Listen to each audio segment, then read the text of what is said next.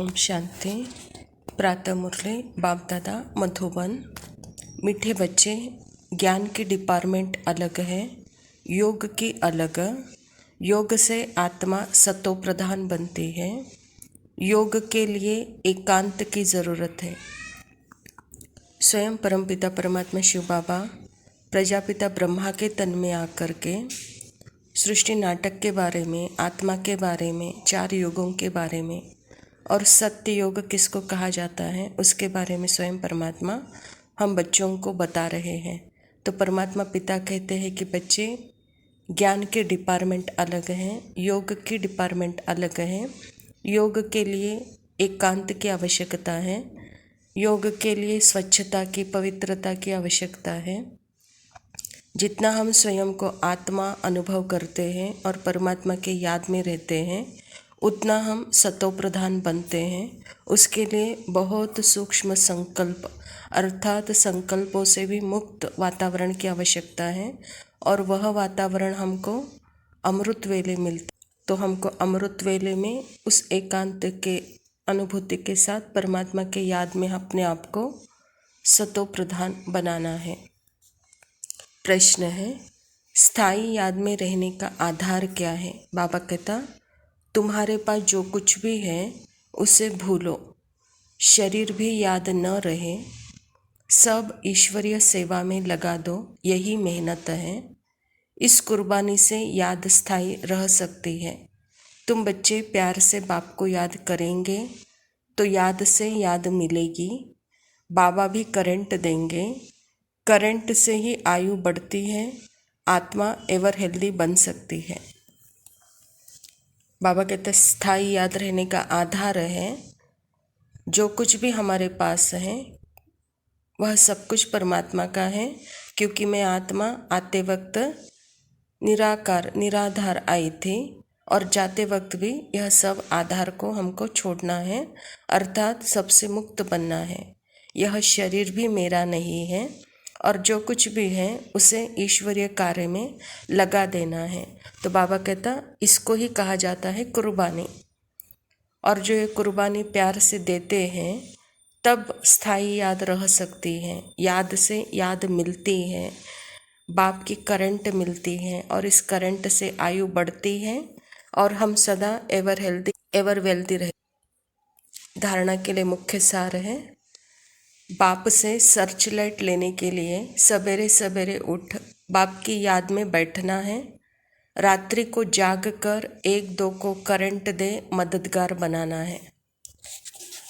बाबा कहता, जैसे ब्रह्मा बाबा ने परमात्मा की याद में सवेरे सवेरे 2 बजे 3 बजे बाबा उठ करके बैठते थे और जो भी यज्ञ के सहयोगी है, सेवाधारी है, जिनको भी शक्तियों की, प्यार की आवश्यकता है, ऐसे आत्माओं को बाबा उठ करके याद की करंट देते थे, मदद करते थे। तो बाबा कहता, बच्चे आप भी बाबा से सर्च लाइट लेकर अनेक आत्माओं को शक्तियों का दान करो, कहता बाबा।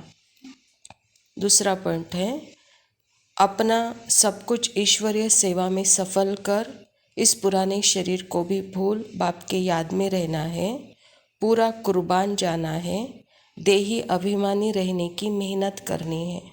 बाबा कहता, जो कुछ भी तन मन धन शरीर संपत्ति जो कुछ भी है परमात्मा के कार्य में अर्पण कर सफल करो और सदा एक बाप के याद में यह शरीर को भी भूलो, इसकी भी कुर्बानी दो, सदा देही अभिमानी रहने की मेहनत करो, कहता बाबा।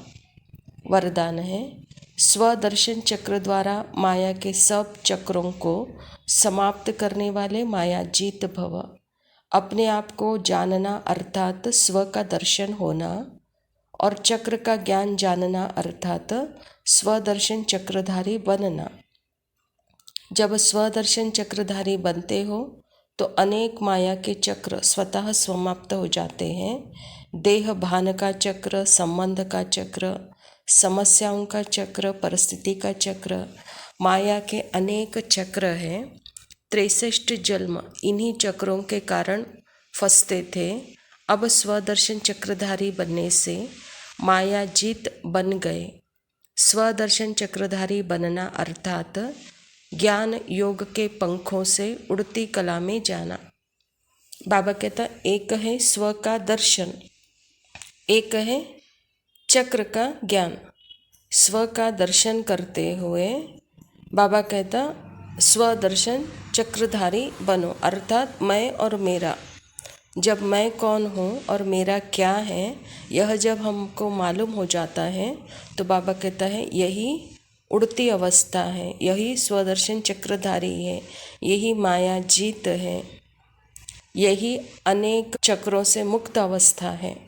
स्लोगन है विदेही स्थिति में रहो तो परिस्थितियाँ सहज ही पार हो जाएगी। अच्छा मीठे मीठे सिकिलदे बच्चों प्रति माता पिता बाप दादा का याद प्यार और गुड मॉर्निंग। रूहानी बाप की रूहानी बच्चों को नमस्ते। हम रूहानी बच्चों की रूहानी बाप दादा को याद प्यार और नमस्ते। लव यू बाबा, शुक्रिया, ओम शांति।